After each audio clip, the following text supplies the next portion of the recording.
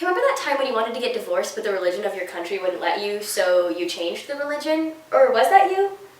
Who was that? Was that... Thomas Gary? Maybe?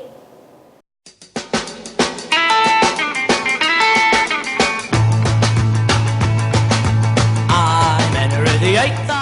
Henry VIII was born on June 28, 1491 at Greenwich Palace in England.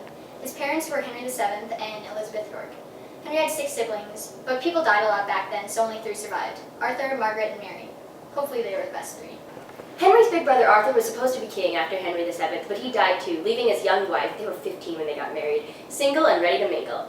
Henry got the lovely Catherine of Aragon, Princess of Spain, as well as the English throne that his dead brother left behind. It was always a good idea for nobility to marry other nobility to keep prestige in the family. Young Henry VIII wed Catherine in 1509, and they were crowned king and queen in June 1509 at Westminster Abbey.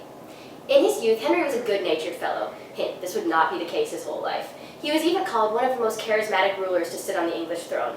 He was an author, composer, and never missed leg day. He loved having music in his court and was a patron of the arts. He himself played lute and organ and virginal, keyboard instrument of the harpsichord family. And he could sing. He wrote a song called Pastime with Good Company, and legend has it he wrote Greensleeves, but who knows if that's true. Sounds like quite the ladies' man so far, right? Well, art wasn't his only talent. He was also quite athletic. He loved jousting, hunting, and tennis. He also gambled, as any honorable man should. If sports and gambling don't do it for you, maybe Henry's intellectual nature will. He read and wrote English, French, and Latin, and had an enormous library. He even wrote his own book. His talents, fashion, and irresistible figure were quite popular with the ladies. 6 ladies to be exact. Well, that's not quite how it went. See, Henry, despite all of his marvelous attributes, had some blaring flaws. He was proud, an extravagant spender, and he harbored an obsession with producing his son that led to the beheading of a couple wives. Understandable. Henry's happy marriage to Catherine of Aragon was, how do I put this, not so happy after all. Try as she would. Catherine just couldn't control the type of baby she gave Henry, and she had no sons, so he wanted to divorce her. But there was one slight problem. The Roman Catholic religion of England didn't let Henry get divorced. So instead of getting over his obsession with having a son, Henry decided he should split from the Catholic Church and give England a new religion where divorce was okay. Sorry, Catherine, it probably wasn't your fault, but I'd feel bad too if my husband changed the religion of the entire country just to get away from me. Under the new religion, Henry made himself the supreme head of the Church of England, and he dissolved all the monasteries. England now had a very similar religion to Catholicism, except divorce was allowed now.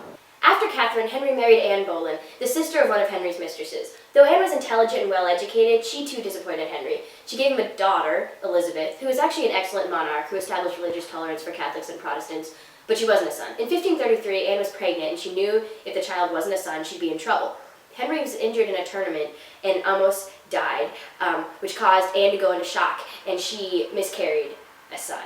After this, mysteriously, Henry began to suspect Anne was cheating on him with her brother, among other men. Henry charged her with adultery and incest and had her executed on May 19, 1536. Oh, and did I mention, Henry was having an affair with Jane Seymour at this time. Moral of the story, don't disappoint the king because he can get away with a lot more than you can. After Anne, Henry married Jane. Finally, he got a son, but then Jane died, so he married another girl named Anne. Then 2 more Catherines. Love life was rough for poor old Henry. Somehow I don't really feel much sympathy.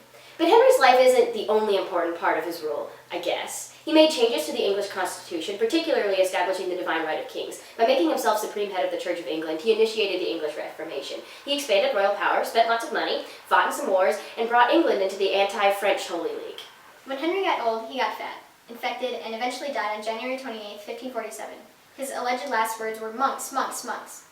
Henry is buried in St. George's Chapel in Windsor Castle, thus ending the dramatic 55 years that were his life. Fortunately, he did have one legitimate son, Edward, who succeeded him. All your hard work and marriages paid off, Henry. I'm Henry VIII, I am Henry VIII, I am.